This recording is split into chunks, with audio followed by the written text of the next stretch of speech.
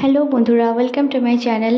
তো আজকে আবার চলে এসেছি একটা নতুন ব্লগ নিয়ে। এটা শ্রমণের বার্থডে ব্লগেরই আরেকটা পার্ট বলতে পারো। তো এর আগে আপনাদের সাথে আমি শেয়ার করেছি ওর কেক কাটিংয়ের একটা ভিডিও।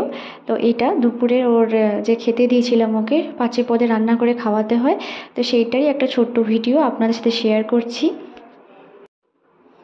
দেখো সব কিছু এখানে ওকে রান্না করে সাজিয়ে দিয়েছি। 5টা ভাজা, মাছ ভাজা, পটল ভাজা, বেগুন ভাজা, শাক ভাজা, আলু ভাজা, আর তরকারির মধ্যে করেছিলাম পনির আলুর তরকারি আর ঝিঙে আলু পোস্ত। আর এই যেখানে মিষ্টি রয়েছে, আরও অনেক কিছু আইটেম ছিল, যেমন চকলেটস, লেজ, আরও কিছু স্ন্যাক্স রেখেছিলাম, কিন্তু ওইগুলোর প্রতি এতটা ও মন দিয়ে দিচ্ছিল যে এইগুলো মানে বসতেই চাইছিল না খেতে, তাই ওগুলো বাধ্য হয়ে সরাতে হলো।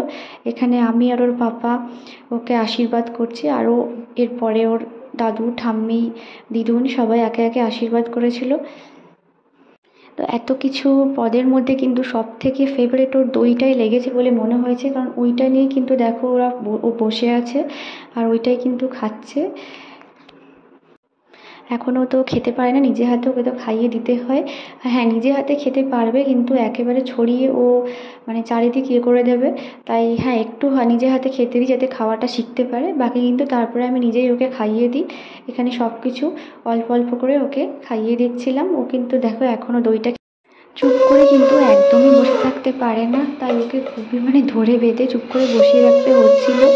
এমনি জেনারেল দিনে ওকে খাওয়ার সময় কিন্তু মানে ও একবার উঠে আবার বসে, বারবার কিন্তু গোটা ঘর ঘুরে এভাবেই খায়।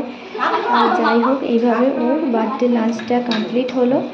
ওই ছোট্ট মিনি ব্লগটা যদি আপনাদের ভালো লেগে থাকে তাহলে অবশ্যই চ্যানেলটাকে সাবস্ক্রাইব করে পাশে থাকবেন। দেখা হচ্ছে পরের ভিডিওতে। Till then tata and thanks for watching.